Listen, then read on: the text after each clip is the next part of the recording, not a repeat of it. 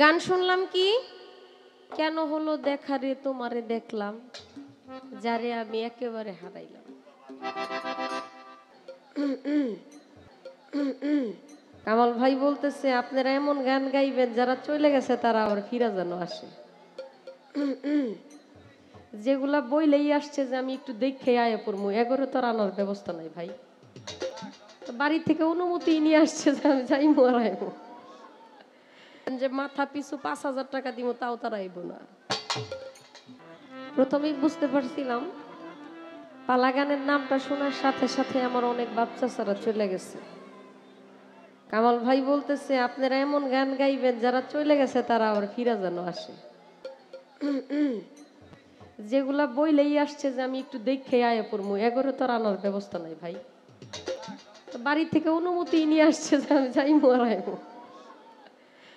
এই অনুমতি যারা নিয়ে আসছে তাদেরকে ফিরায় আনা কোনোভাবেই সম্ভব না। আপনি যদি বলেন যে মাথা পিছু ৫,০০০ টাকা দিব তাও তারা আইব না।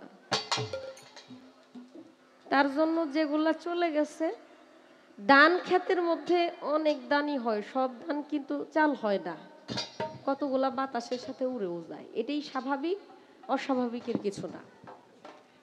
গান শুনলাম কি কেন হলো দেখা রে তোমারে দেখলাম যারে আমি একেবারে হারাইলাম। আমাদের যে আছে দাওয়াত করে কয় আপনি হলেন খাদিজা ভান্ডারী, নেত্রকোনা বাড়ি, আপনি গাইবেন হইল ময়মনসিংহ এর যত বিরোহী কবি আছে বিচ্ছেদ গান ওনাদের গাইবেন, আর উনি গাইবেন ঢাকা। এইটাও কি সম্ভব?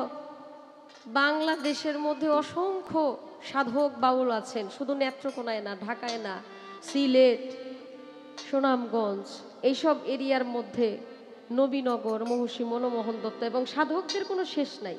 কেউকে ভাগাভাগি করে দিলে কোনো শিল্পী আসলে মন মতো গাইতে পারবে না। তার জন্য যার যেখান থেকে ভালো লাগে সেখান থেকেই গাইবে।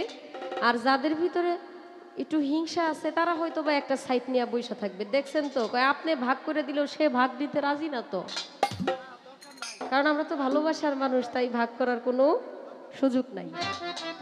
বাউল আবেদ আলী সাহেবের একটা বিচ্ছেদ গাই, এরপর ওই যে কেন হলো দেখা এর কথা আমি বলতেছি, আগে গানটা গায়নি।